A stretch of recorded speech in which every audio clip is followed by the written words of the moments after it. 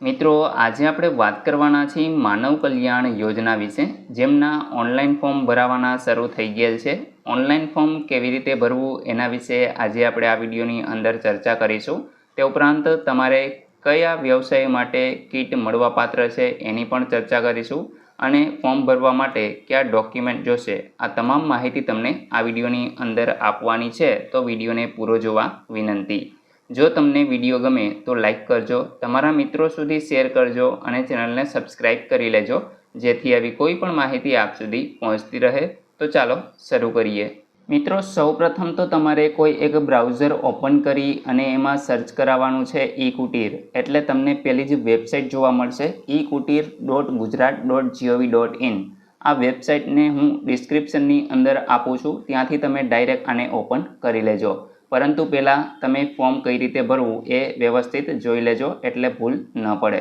હવે મિત્રો, આ વેબસાઇટ છે એ તમે જોઈ શકો છો કે અત્યારે ગુજરાતીની અંદર જ ઓપન થઈ છે, પરંતુ જો તમારે ઇંગ્લિશની અંદર ઓપન થાય તો તમે અહીંથી એને ગુજરાતીમાં સિલેક્ટ કરી અને ગુજરાતીમાં કન્વર્ટ કરી શકો છો.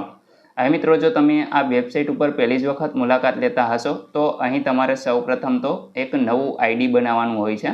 તો મિત્રો, આ નવા યુઝર આઈડી માટે તમે અહીં ક્લિક કરો એવું લખેલ છે, આ ઓપ્શન ઉપર તમારે ક્લિક કરી દેવાનું છે. તમે જોઈ શકો છો કે અહીંયા નોંધણીની વિગતો છે એ તમારે આપવાની છે.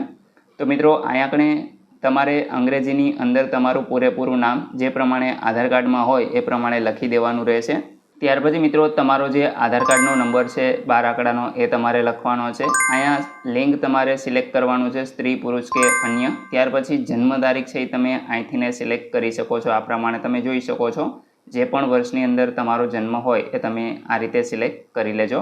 ત્યાર પછી મિત્રો, તમારો મોબાઈલ નંબર છે એ તમારે અહીંયા નાખવાનો છે. ઈમેલ આઈડી ઓપ્શનલ છે, તમે આપવું હોય તો આપી શકો, આ ખાનાને તમે છોડી પણ શકો છો. ત્યાર પછી મિત્રો, પાસવર્ડ છે એ તમારે રાખવાનો રહેશે. તો અહીંયા તમે તમારી રીતે પાસવર્ડ છે એ નક્કી કરી અને રાખી દેજો. ત્યાર પછી એ જ પાસવર્ડને ફરી તમારે આ ખાનાની અંદર લખવાનો છે. અહીંયા તમને જે આ કેપ્ચા કોડ જોવા મળે છે, કેપ્ચા કોડ તમારે અહીંયા લખી દેવાનો રહેશે. ત્યાર પછી મિત્રો, આ તમામ વિગત ભરાઈ જાય એટલે નોંધણી કરો, આ ઓપ્શન ઉપર ક્લિક કરી દેવાનું છે. જેવું તમે ક્લિક કરશો એટલે મિત્રો, તમારા રજિસ્ટર મોબાઈલ નંબરની અંદર એક SMS છે એ તમને મળશે. એમાં તમારો એક એપ્લિકેશન નંબર છે એ તમને જોવા મળશે, તો એને તમારે સાચવીને રાખવાનો રહેશે. મિત્રો, જેવું રજિસ્ટ્રેશન થઈ જાય એટલે તમે અહીંયા જોઈ શકો છો, તમે જે એપ્લિકેશન નંબર મળેલો છે, યુઝર આઈડી નંબર, એ તમારે આ ખાનામાં લખવાનો છે. તમે જે પાસવર્ડ રાખેલો છે એ તમે આ ખાનામાં લખશો. ત્યાર પછી જે કેપ્ચા તમને જોવા મળે છે, આ કેપ્ચા તમારે અહીંયા લખી દેવાનો રહેશે અને ત્યાર પછી લોગિનના ઓપ્શન ઉપર ક્લિક કરી દેવાનું રહેશે. તો મિત્રો, આપણે આ તમામ વિગત ભરી અને આગળ વધીએ. મિત્રો, જેવું તમે લોગિન કરશો, અહીં તમને જેટલી પણ યોજનાઓના ફોર્મ હાલ ભરાવાના શરૂ હશે એ તમામ જોવા મળશે. આજે આપણે વાત કરીશું માનવ કલ્યાણ યોજના વિશે. તો આના ઉપર તમારે ક્લિક કરી દેવાનું છે. યોજના વિશે તમે ડિટેલ જોઈ શકો છો. મિત્રો, આના વિશે આપણે એક અલગ વિડીયો બનાવશું, જેમાં તમને તમામ માહિતી છે એ યોજના વિશે આપવામાં આવશે. તો તમે ચેનલ સાથે જોડાઈ જજો.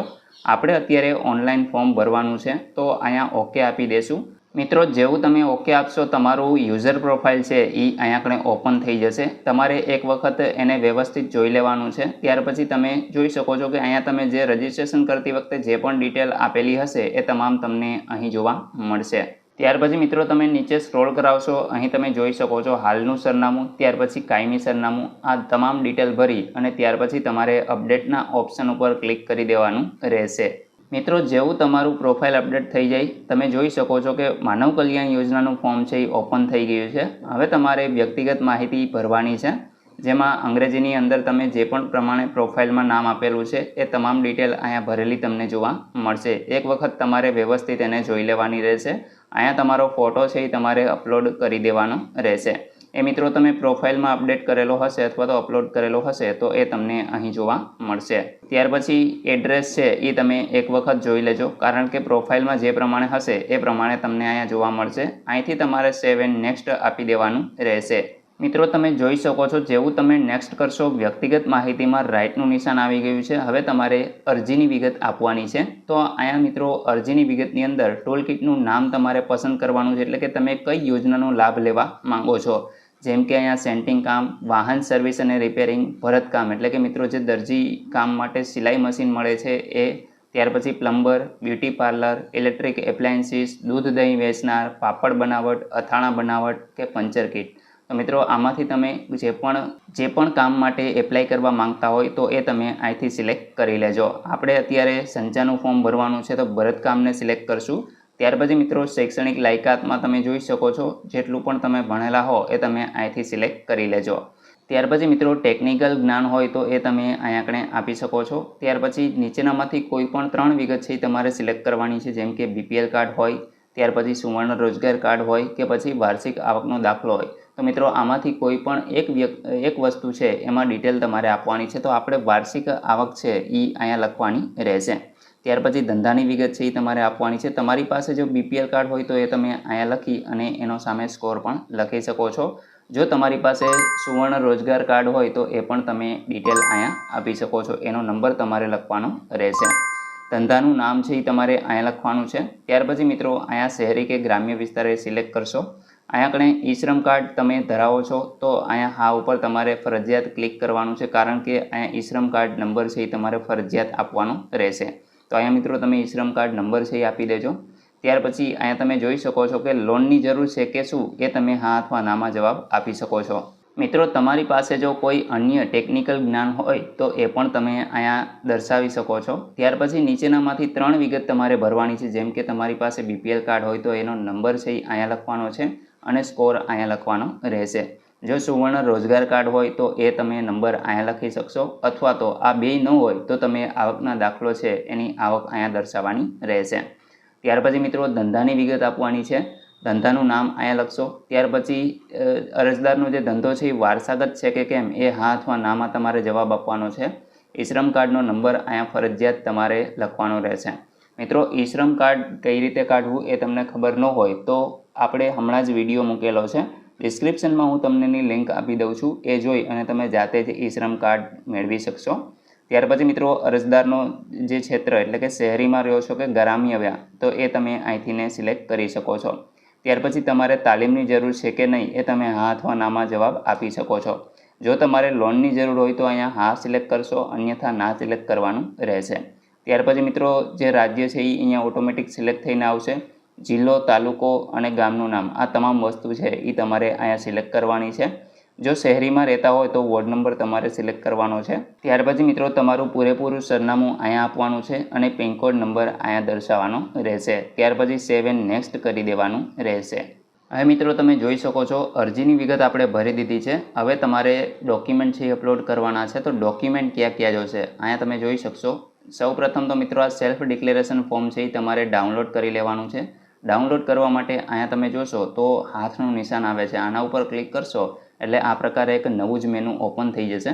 મિત્રો આ PDF છે એ હું તમને આપણી ટેલિગ્રામ ચેનલ ઉપર અપલોડ કરી દઉં છું, તો ત્યાંથી તમે એને ડાઉનલોડ કરી અને ભરી ત્યાર પછી સ્કેન કરી અપલોડ કરી દેજો. મિત્રો કઈ રીતે ભરવું એના વિશે આપણે ચર્ચા કરી લઈએ. તો અહીંયા તમારે તમારું નામ લખવાનું છે, ગામ, તાલુકો અને જિલ્લો, ઉંમર કેટલી છે એ તમે દર્શાવશો. અહીંયા આગળ કેટલા ટાઈમથી તમે રહ્યો છો એ તમારે દર્શાવવાનું છે અને કઈ કીટ માટે તમારે આ જે સાધન છે એ જોઈશે તો એ કીટનું નામ અહીંયા તમારે દર્શાવવાનું રહેશે. ત્યાર પછી મિત્રો નીચે તમે જોશો તો સ્થળ અને અરજદારની સહી આવશે. જે તારીખે તમે ભરો એ તારીખ તમારે અહીંયા લખી દેવાની રહેશે. આટલી ડિટેલ ભરી અને તમારે આને સ્કેન કરી અપલોડ કરવાનું રહેશે. મિત્રો ટેલિગ્રામની લિંક છે એ હું તમને ડિસ્ક્રિપ્શનની અંદર આપી દઉં છું, તો ત્યાંથી તમે સરળતાથી એને ડાઉનલોડ કરી લેજો.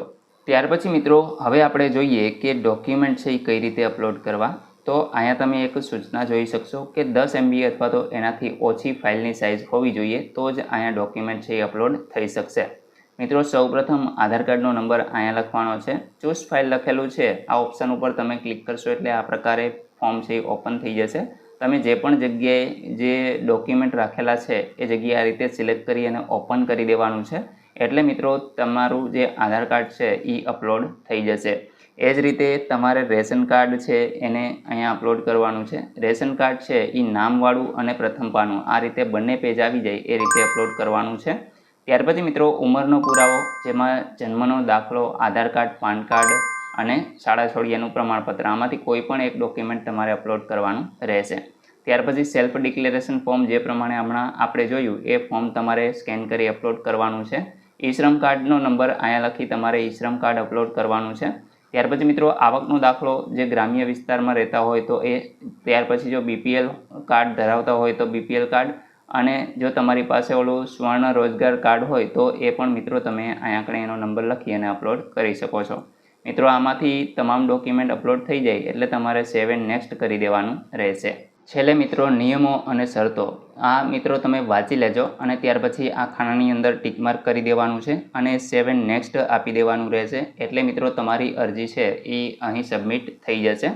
તમને એક અરજી નંબર મળશે અને મિત્રો તમારી અરજી છે એ તમે કઈ રીતે પ્રિન્ટ કરી શકશો. મિત્રો જેવું તમે સબમિટ કરશો આ પ્રકારે તમે જોઈ શકશો કે તમારી અરજી છે એ તમે અહીંયા ફોર્મ જોઈ શકશો. ત્યાર પછી તમારે એની પ્રિન્ટ મેળવવી હોય તો અહીંથી તમે મેળવી શકો છો. મેં આ ડિટેલ છે એ હાઇડ કરીને રાખી છે સિક્યુરિટી રીઝનના કારણે. તો મિત્રો આ રીતે છે એ તમને આ પ્રકારે ફોર્મ તમારું જોવા મળશે. મિત્રો આશા રાખું છું કે માનવ કલ્યાણ યોજનામાં ઓનલાઈન એપ્લાય કઈ રીતે કરવું એના વિશે સંપૂર્ણ માહિતી તમને મળી ગઈ છે. તેમ છતાં પણ કોઈ પ્રશ્ન હોય તો તમે કોમેન્ટ દ્વારા પૂછી શકો છો. વિડીયોને લાઇક કરજો, તમારા મિત્રો સુધી શેર કરજો અને ચેનલને સબસ્ક્રાઈબ કરી લેજો જેથી આવી કોઈ પણ માહિતી આપ સુધી પહોંચતી રહે. વિડીયો જોવા બદલ આપનો ખૂબ ખૂબ આભાર. મળીએ એક નવા વિડીયો સાથે. ત્યાં સુધી જય હિન્દ.